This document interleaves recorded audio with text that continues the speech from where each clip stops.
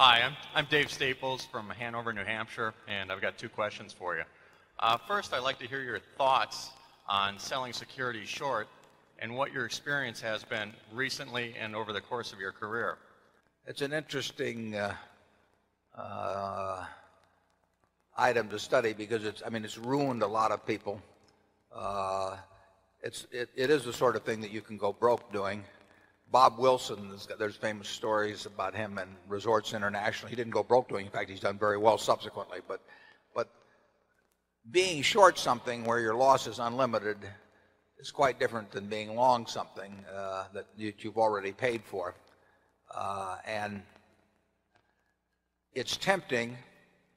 You see way more stocks that are dramatically overvalued in your career than you will see stocks that are dramatically undervalued. I mean, it's the nature of securities markets to occasionally promote various things to the sky so that securities will frequently sell for 5 or 10 times what they're worth, and they will very, very seldom sell for 20% or 10% of what they're worth. So therefore, you see these much greater discrepancies between price and value and on the overvaluation side.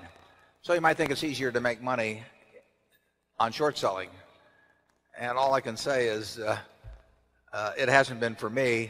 I don't think it's been for Charlie. It is a very, very tough business because of the fact that you face unlimited losses and because of the fact that people that have overvalued stocks, very overvalued stocks, are frequently on some scale between promoter and crook.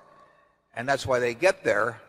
And once they're and they also know how to use that very valuation to bootstrap value into the business, because if you have a stock that's selling at 100 that's worth 10, obviously it's to your interest to go out and issue a whole lot of shares, and if you do that, when you get all through, the value can be 50. In fact, there's a lot of chain letter type stock promotions that are sort of based on the implicit assumption that the management will keep doing that. And if they do it once and build it to 50 by issuing a lot of shares at 100 when it's worth 10. Now the value is 50 and people say, well, these guys are so good at that, let's pay 200 for it or 300 and then they can do it again and so on. It's not usually quite that clear in their minds, but that's the basic principle underlying a lot of stock promotions. And if you get caught up in one of those that is successful, you can run out of money before the promoter runs out of ideas. In the end, they almost always work. I mean, I would say that of the things that we have felt like shorting over the years, the batting average is very high in terms of eventual. They would work out very well eventually if you held them through.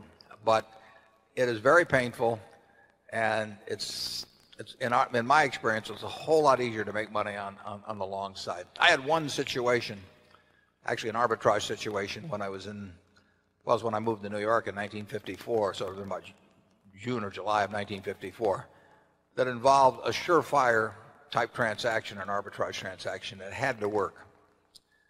But there was a technical wrinkle in it, and I was short something. And I felt like for a short period of time, I felt like Fanova was feeling last fall. I mean, it was very unpleasant. You can't make, in my view, you can't make really big money doing it because you can't expose yourself to the loss that would be there if you did do it on a big scale. And Charlie, how about you? Well, Ben Franklin said if you want to be miserable, during Easter or something like that, he says borrow a lot of money to be repaid at Lent or something to that effect. And similarly, being short something, which keeps going up because somebody is promoting it in a half-crooked way and you keep losing and they call on you for more margin, it just isn't worth it to have that much irritation in your life. It isn't that hard to make money somewhere else with less irritation.